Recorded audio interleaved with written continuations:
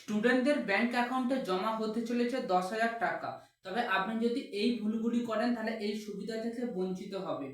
রাজ্য সরকারের জনপ্রিয় প্রকল্পগুলির মধ্যে অন্যতম হলো তরুণের স্বপ্ন, যা সরাসরি সুবিধা পায় স্টুডেন্টরা। আজকের এই ভিডিওটিতে আমি আপনাদের সাথে আলোচনা করতে চলেছি এই তরুণের স্বপ্ন প্রকল্প কি, কি কি নিয়মের পরিবর্তন করা হয়েছে এবং কবে এই প্রকল্পের টাকা পাওয়া যাবে। তাই ভিডিওটি বিনা স্কিপ করে সম্পূর্ণ দেখবেন। এই ভিডিওটি বেশি বেশি করে শেয়ার করবেন আপনার পরিচিত সমস্ত স্টুডেন্টদের সাথে, যারা এই প্রকল্পের সুবিধা পাবে। এরকম ইউনিক এবং হেল্পফুল ভিডিও পেতে ভিডিওকে লাইক এবং হাইপ ও চ্যানেলটিকে সাবস্ক্রাইব করে পাশে থাকবেন। তো চলুন আজকের ভিডিও শুরু করা যাক। ভিডিও শুরুতে দেখে নেওয়া যাক এই তরুণের স্বপ্ন প্রকল্প কি। স্কুল শিক্ষার পাশাপাশি যাতে ছাত্রছাত্রীরা ডিজিটাল শিক্ষা থেকে পিছিয়ে না পড়ে, তাই তরুণের স্বপ্ন প্রকল্প চালু করা হয়। শুধুমাত্র দ্বাদশ শ্রেণীর ছাত্রছাত্রীরা এই প্রকল্পে আবেদন করতে পারবে এবং ডিজিটাল শিক্ষার জন্য মোবাইল বা ট্যাব কেনার 10,000 টাকা পাবে। এবার দেখে নেওয়া যাক এই তরুণের স্বপ্ন প্রকল্পে কোন কোন গুরুত্বপূর্ণ নিয়মের পরিবর্তন করা হলো।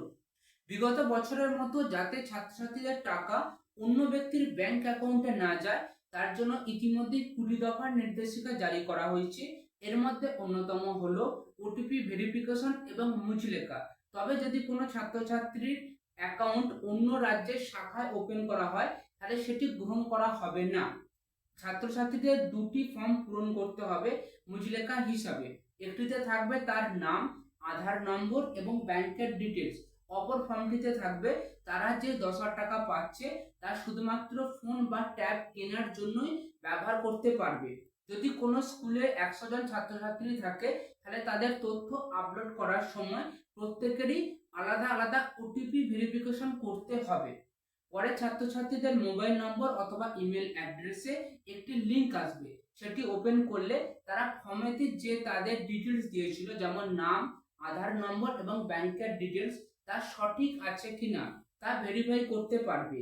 এবং এরপরে ওটিপি ভেরিফিকেশনের মাধ্যমে একটি ডিজিটাল ভেরিফিকেশন করতে হবে।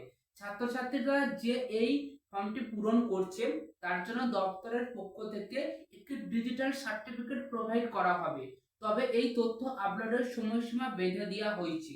31শে আগস্টের মধ্যে বাংলা শিক্ষা পোর্টালে সমস্ত তথ্য আপলোড করতে হবে এবং 4 সেপ্টেম্বর থেকে এই ট্যাবের টাকা অর্থাৎ 10,000 টাকা স্টুডেন্টদের ব্যাংক অ্যাকাউন্টে দেওয়া শুরু হবে।